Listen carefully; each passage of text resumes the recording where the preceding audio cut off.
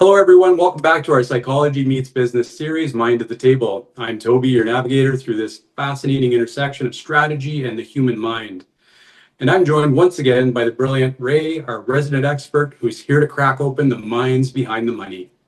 Yeah, thanks, Toby. The psychology of the sale. That is such a complex topic. And when you understand how people really make decisions, you move beyond guesswork and start building real, lasting relationships in every sales conversation. So, Ray, let's start with the emotional side today. What are the key feelings that actually influence someone to say yes to a sale? And why do these matter more than we think?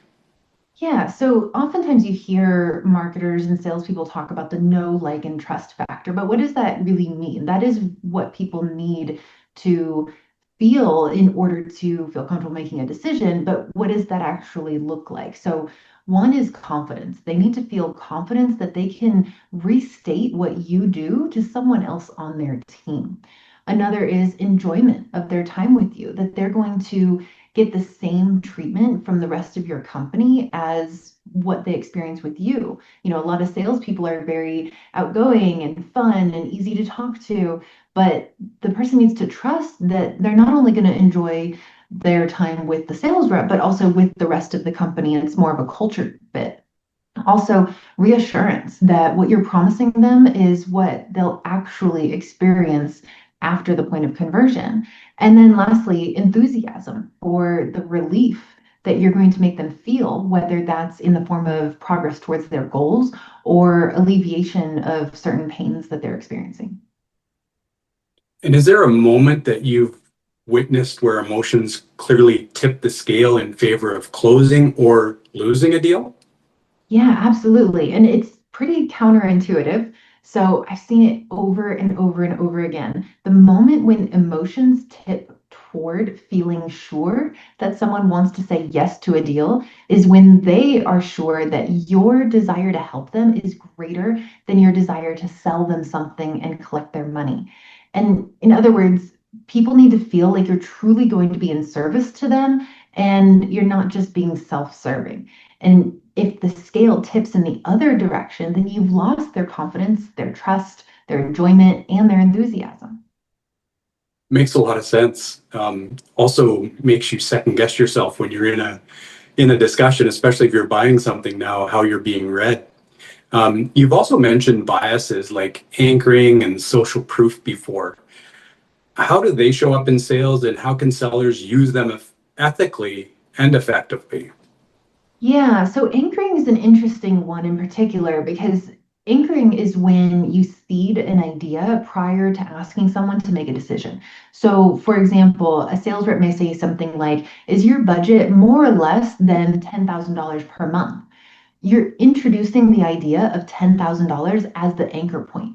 Then, regardless of what your prospect says, when you send your proposal for $5,000 per month, they think they're getting a great deal and that you're way cheaper than they were expecting because you seeded a higher budget as the bar. That can be very manipulative. You're trying to get someone to say yes to something that they might not normally say yes to because you're using psychological tricks to manipulate their thoughts. But a way that you can do this ethically, though, is by saying something like, would your life in your role as a CFO, CRO, whatever the case may be easier if the leads your sales team was getting were already 80 to 90% sure that you're the company they want to work with?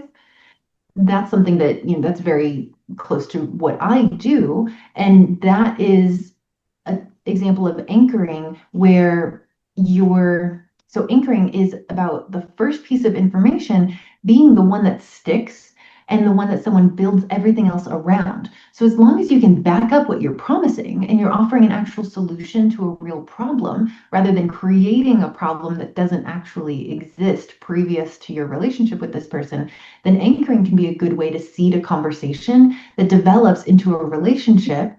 And when you can support that growing relationship with things like social proof, testimonials, case studies, you'll get to trust faster. Yeah, I love that. And as buyers, I think we resonate with the fact that If we feel like they're anchoring without being ethical with us, then they quickly lose us. Yeah. So it's not just a case of wanting to do the right thing, which we all should want to do, but it's really that will result in a better bond, a better trust with the client, who will then trust you in the buying decision they're going to make. So for someone who's watching and wondering if they're applying these well and ethically, what's one self check they can run on their pitch right now? Yeah, so there's a litmus test, which is asking yourself, if you were on the receiving end of your pitch, how would you react?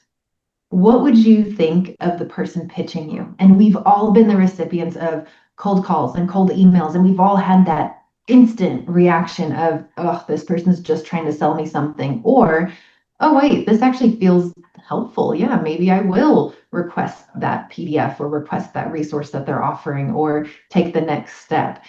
How would you react if you were receiving the pitch that you're putting out there?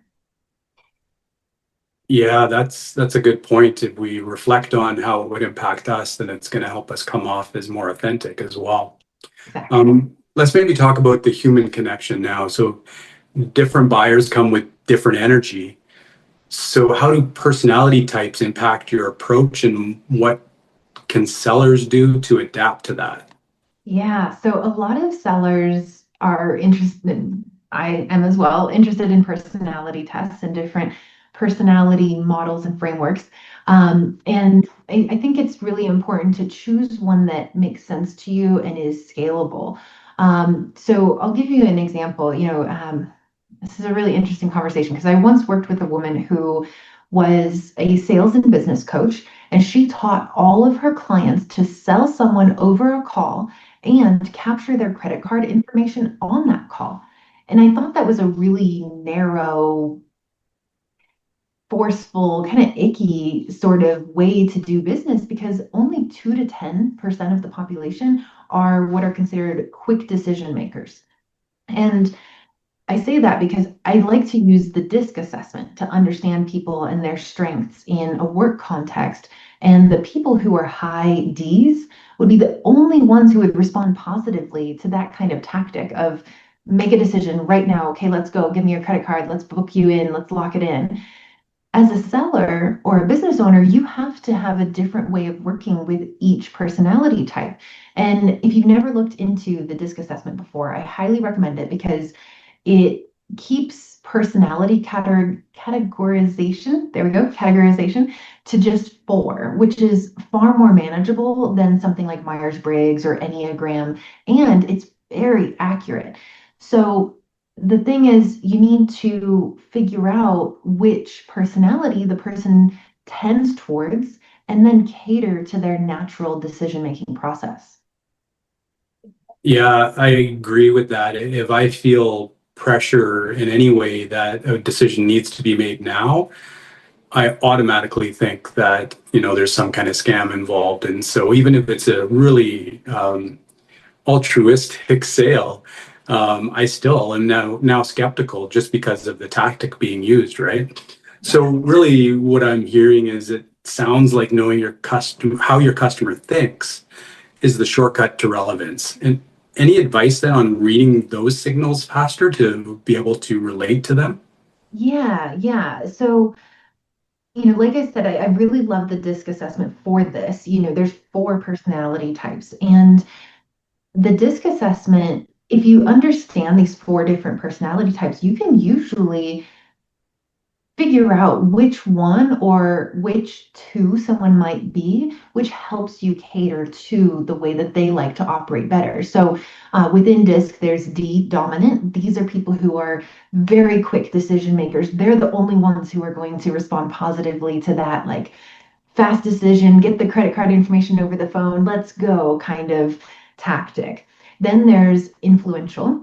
These are people who they like to be in the spotlight or they like to bring people together. They might be speakers or entertainers and not just, as a professional level, but on a personal kind of way they interact with people. They might be the comedians in the group, they like to take their time and really get to know people. But then once they have a sense of the person, then they'll move quickly because they form those relationships very quickly.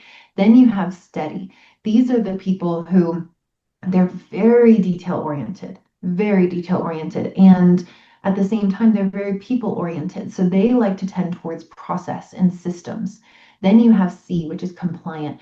These are the people who move very slowly. They're very meticulous, very methodical, and they're more process oriented than people oriented. So you need to respect their process and their attention to detail. They may even be perfectionists. So with those four categories, you can really start to understand the people that you're talking to, and then you can fall into a workflow for each. Yeah, Ray, this has been gold. And if you're watching and thinking, this is the kind of insight my business needs, then you have to buy now. Just kidding.